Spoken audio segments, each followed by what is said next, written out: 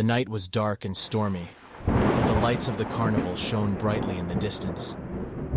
Jake and his friends had been waiting for weeks to visit the carnival, ever since they saw the posters announcing its arrival.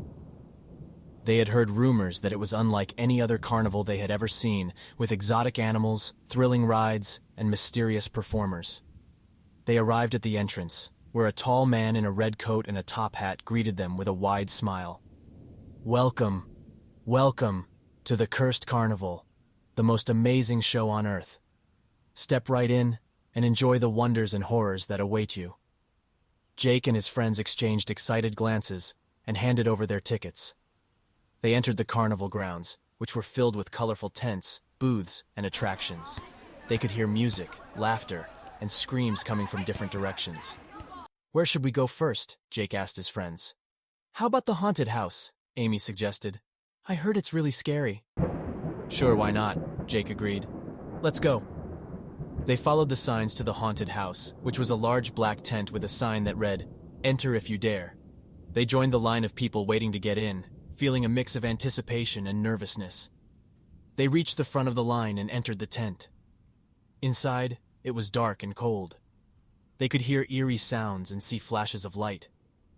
They walked through a narrow corridor, where they encountered various props and animatronics that jumped out at them, making them scream and laugh. They reached a room that looked like a graveyard, with tombstones, skeletons, and coffins.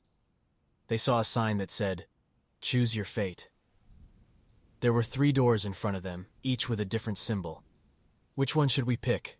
Jake asked his friends. "I don't know. They all look creepy," Amy said. "Let's just pick one at random," Ben said. He reached for the door with the skull symbol and opened it. They followed him into the next room, which was pitch black. They could hear a voice whispering in their ears. "Welcome. There is no escape from here." The lights came on. They saw that they were surrounded by clowns who were laughing maniacally. They realized that it was not part of the show. It was real. They tried to run, but it was too late. Only Amy managed to dodge the clowns and reach the door they came from. She ran back to the graveyard room and tried to open another door. She hoped it would lead her to safety. She opened the door with the snake symbol and entered the next room. She saw that it was filled with snakes of all sizes and colors. She screamed again. She ran to the other side of the room, where she saw another door.